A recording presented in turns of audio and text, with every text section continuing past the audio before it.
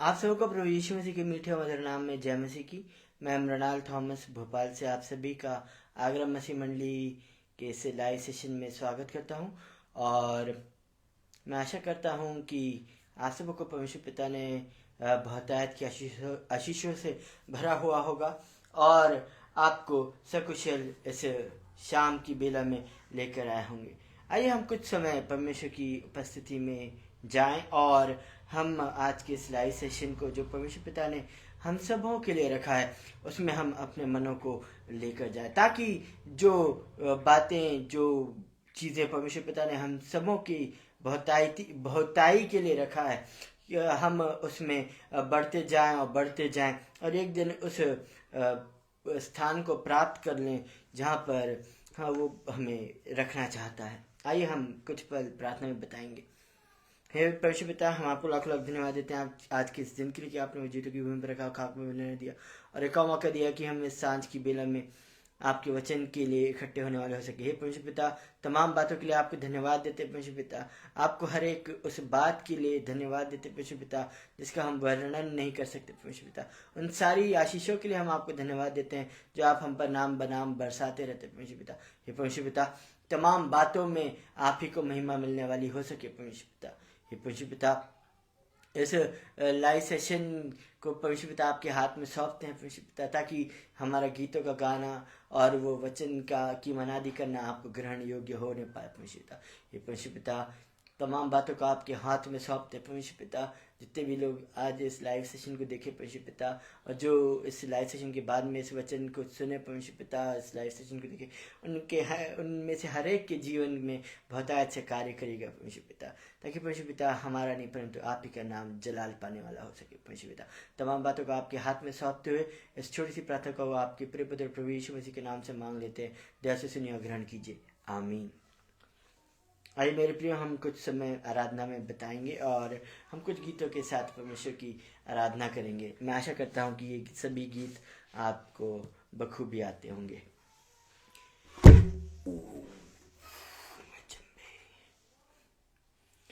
यहोवा चबाहा मेरा, कोई घटी मुझे नहीं है। हरी चराइयों में मुझे स्नेह से चराता वो है। यहोवा चबाहा मेरा, कोई घटी मुझे नहीं है। हरी चराइयों में मुझे स्नेह से चराता वो है। मृत्यु के अंधकार से मैं जो जाता था, प्रभु यीशु करुणा से तसल्ली मुझे दी है। मृत्यु के अंधकार से मैं जो जाता था, प्रभु यीशु करुणा से तसल्ली मुझे दी है। यहोवा चबाहा मेरा, कोई घटी मुझे नहीं है। हरी चराइयों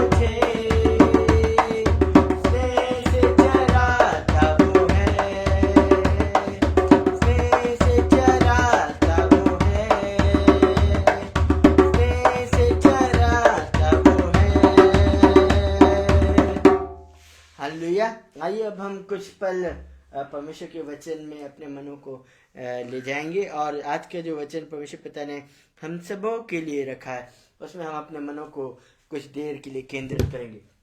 आज का वचन जो है वो पाया जाता है हम सब के जीवनों को एंकरेज करने के लिए। ये पाया जाता है सबोपदेशक की किताब नहीं, भजन संहिता, उसका 90वां भजन और उसकी 12वीं आयत, जहां पर परमेश्वर के दास दाऊद इस प्रकार से उस भजन को लिखता है, हमको अपने दिन गिनने की समझ दे कि हम बुद्धिमान हो जाएं। परमेश्वर पिता अपने इस वचन के पढ़े सुने जाने पर हम सबों को बहुतायत की आशीष दे, आमीन। मैं प्रियो, जैसे कि ये भजन है जो परमेश्वर के दास दाऊद ने लिखा है, यहाँ वो इस बात का जिक्र करता है कि हमको अपने दिन गिनने की समझ दे कि हम बुद्धिमान हो जाए। एक जीवन का एक सत्य है जो हम में से किसी को भी नहीं पता है। हम इतने बुद्धिमान नहीं हो गए कि हम अपनी आयु का हम बखान कर सकें कि परमेश्वर कि मैं इतना उम्र दराज होऊंगा, मैं इतनी उम्र तक जीऊंगा। ये किसी को भी नहीं पता कि उसका इस पृथ्वी पर का डेरा किस समय उठाया जाएगा। यहाँ दाऊद इस बुद्धिमानी की बात करता है जिसमें वो परमेश्वर से मांगता है कि मुझे अपने दिन गिनने की समझ दे, मुझे अपने दिन गिनने की समझ दे। और किसी बात की समझ उसने परमेश्वर से नहीं मांगी, उसने परमेश्वर से एक सबसे महत्वपूर्ण चीज को परमेश्वर के सामने अपनी उस विनती को रखा कि परमेश्वर पिता मुझे अपने दिन गिनने की समझ दे। जब हम 10वीं आयत को पढ़ते हैं तब दाऊद कहता है, हमारी आयु के वर्ष 70 तो होते हैं, और चाहे बल के कारण 80 वर्ष भी हो जाएं, तो भी उनका घमंड केवल कष्ट और शोक ही शोक है। वह जल्दी कट जाती हैं और हम जाते रहते हैं। ये जीवन का सत्य है कि हम एक सेट टाइम है जो परमेश्वर ने एक घड़ी हम सबों के लिए तैयार की है। हम में से किसी को भी नहीं पता कि वो घड़ी कब बंद होगी। और दाऊद बोलता है कि मुझे अपने दिन गिनने की समझ दे। मेरे पास कितना समय इस पृथ्वी पर का है, मुझे इस बात की समझ दे। मुझे और कुछ की समझ भले ही मत दे, पर इतनी समझ दे कि मुझे पता रहे कि मेरे पास कितना कम समय है, मेरे पास कितना ज्यादा समय है, मेरे पास जो मेरा कार्य करना है, मुझे जो जिस बात की मैं चाह रखता हूँ, जिस बात को अचीव करने की मैं कोशिश में लगा हूँ, मुझे तू सिखा कि उस चीज तक पहुंचने के लिए, उन बातों को, उन कार्यों को करने के लिए मेरे पास इस पृथ्वी पर कितना समय है। मेरे प्रियो, कल मेरा बर्थडे है और कल मैं अपने जीवन में परमेश्वर पिता मेरे जीवन में अगर उनकी मर्जी होगी तो एक और साल को मेरे जीवन में जोड़ेंगे। मेरे को परमेश्वर पिता मेरी समझ से बाहर इतनी दूर लेके आए हैं, और मैं भी इतना बुद्धिमान नहीं हूं कि मैं अपनी आयु का गणित लगा सकूं। कोई सोचता होगा कि मेरी आयु यहां तक है, मेरी आयु वहां तक है, लेकिन जब तक परमेश्वर का बुलावा ना आए हमारे जीवनों में, वो घड़ी ही समाप्त नहीं होने वाली मेरे प्रियो। और इसी बात को दाऊद भी अपने भजन में कहता है। वो उस चीज को मांगता है कि परमेश्वर मुझे अपने दिन गिनने की समझ दे, ताकि जो गोल मैंने सेट किया है उस गोल को मैं अचीव करने पाऊं, उस गोल तक मैं पहुंचने पाऊं। तो मुझे बता कि मैं कितनी जल्दी अपने कार्यों को करूं, मैं अपने जो अनफिनिश्ड टास्क हैं उन सब को कितनी फुर्ती से मैं करूं, जो मेरे को करना है। जब हम सबोपदेशक की किताब उसके 3 अध्याय और उसकी पहली आयत से हम 8वीं आयत तक पढ़ते हैं, तो ये बहुत ही फैमिलियर पैसेज है जहाँ जो जिक्र करता है उस काल का जो परमेश्वर ने हम में से हर एक के जीवन में तय करके रखा है। हर एक बात का एक अवसर और प्रत्येक काम का जो आकाश के नीचे होता है एक समय है और वो लिस्ट है। इसके बाद की आयतों में 8वीं आयत तक 9वीं आयत तक काम करने वाले को अपने परिश्रम से क्या लाभ होता है। हर एक चीज का परमेश्वर ने एक टाइम सेट करा हुआ है। एक जो चीज आपके जीवन में घटती है वो सेट टाइम के ना पहले घटती है ना उस सेट टाइम के बाहर घटती है। जो भी चीजें हैं वो परमेश्वर की घड़ी के अनुसार हमारे जीवन में घटित होती हैं। और जब हम इसी सबोपदेशक की किताब में आगे की आयतों में देखते हैं तो हमें मिलता है 20वीं आयत से, सब एक स्थान में जाते हैं, सब मिट्टी से बने हैं और सब मिट्टी में फिर मिल जाते हैं। क्या मनुष्यों का प्राण ऊपर की ओर चढ़ता है और पशुओं का प्राण नीचे की ओर जाकर मिट्टी में मिल जाता है? यह कौन जानता है? अतः मैंने यह देखा कि इससे अधिक कुछ अच्छा नहीं हो कि मनुष्य अपने कामों में आनंदित रहे, क्योंकि उसका भाग यही है। कौन उसके पीछे होने वाली बातों को देखने के लिए उसको लौटा लाएगा? ये एक जीवन का सत्य है कि हमें एक न एक दिन उस मिट्टी में मिल जाना है। हम में से किसी को भी वो घड़ी नहीं पता जिस समय हमारे इस पृथ्वी पर का सा डेरा उठाया जाएगा और हमें उस स्थान में हम जाने पाएंगे जो परमेश्वर पिता ने हमने से हर एक के लिए तैयार करके रखी है। हमारी जो ये देह है वो मिट्टी की बनी है और वो एक न एक दिन मिट्टी में ही मिल जाएगी। और लेकिन हमें ये पता नहीं है कि वो क्षण या वो घड़ी कब आ जाएगी। इस बारे में हम में से हर एक इंसान को शायद से चिंता होती होगी कि मेरा जीवन, मेरी आयु कितनी लिखी है परमेश्वर ने, मेरे भाग में कितने दिन आए हैं, कितने साल आए हैं और कितनी जनरेशन्स परमेश्वर ने मेरे लिए रखी हैं। ये किसी को नहीं पता। यही बात दाऊद भी परमेश्वर से विनती करता है कि परमेश्वर उसे बताएं कि उसके कितने दिन हैं, कि जो अभिलाषाएं उसके मन में है वो उन अभिलाषाओं की ओर उतनी ही तेजी से अग्रसर हो सके। उन चीजों को जो वो अचीव करना चाहता है उनकी तरफ और तेजी से वो बढ़ता जाए। यही एक बात है जो हम में से हर एक से छिपी हुई है। ना हमें ये पता है कि हम इस पृथ्वी पर कब आएंगे और ना हमें ये पता है कि हम इस पृथ्वी पर से कब जाएंगे, लेकिन एक ही बात हमें ये पता है कि हम मिट्टी से बने हैं और हम एक दिन मिट्टी में मिल जाएंगे। और मेरे प्रियो, परमेश्वर का कलाम दाऊद के द्वारा हमें इस बात की भी संतुष्टि देता है जो भजन 23 में उसकी 4थी आयत में दाऊद कहता है, चाहे मैं घोर अंधकार से भरी हुई तराई में होकर चलूं तो अभी हानि से न डरूंगा, क्योंकि तू मेरे साथ रहता है, तेरे सोंटे होते लाठी से मुझे शांति मिलती है। कुछ चीजें हैं जो हमारी लाइफ में अनसर्टन है, जिनके बारे में हमें कुछ भी नहीं पता।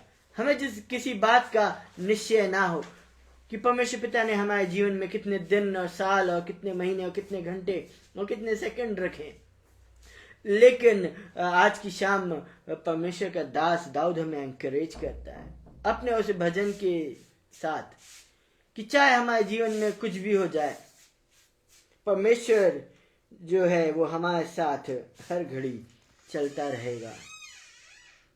चाहे वो कैसी भी घटी हो, कमी हो, हमारे पास कुछ चीजें हो या ना हो, लेकिन हमारे पास एक संतुष्टि जो प्रभु यीशु मसीह में हम सबों को दी गई है कि चाहे हम किसी भी हालात से गुजरें, परमेश्वर हमारे साथ साथ रहेगा। और जब हम 6वीं आयत की ओर अपने ध्यानों को केंद्रित करते हैं, अपने ध्यानों को लेकर दौड़ते हैं, तो दाऊद उसी भजन के 6वीं आयत में लिखता है, निश्चय भलाई और करुणा जीवन भर मेरे साथ साथ बनी रहेंगी और मैं यहोवा के धाम में सर्वदा वास करूंगा। भले ही हमारे लाइफ है वो अनसर्टन हो, हमारे अपने दिनों की हमारे जो उस पृथ्वी पर का जो डेरा है उसकी हर चीज का ज्ञान ना हो, लेकिन हमें इस चीज का हमें एनकरेजमेंट होना चाहिए कि परमेश्वर की भलाई और करुणा हम में से हर एक के साथ बनी रहेंगी। चाहे हमें परमेश्वर इस पृथ्वी पर कुछ समय के लिए ही भेजे, भले 10 साल, भले 20 साल, भले 50 साल, भले 70 साल, भले 80 साल, 100 साल, 125 साल, या तो परमेश्वर हमें आज ही उठा ले, इसी समय उठा ले। ऐसे बहुत सारे लोग थे जो आज के दिन नहीं देखने पाए मेरे प्रियो। वे भी चाहते होंगे कि परमेश्वर उन्हें उस किताब के बारे में, उस घड़ी के बारे में बताएं कि जब उनका इस पृथ्वी पर कैसा जो डेरा है वो उठा लिया जाएगा और उन्हें मिट्टी में मिला दिया जाएगा।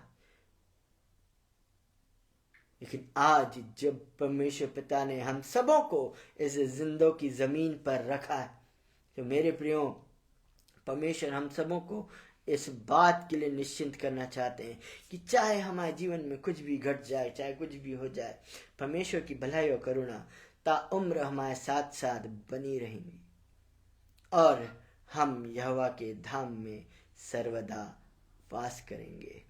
आमीन। परमेश्वर हम सबों को इन वचनों के द्वारा बहुत से आशीष देवे।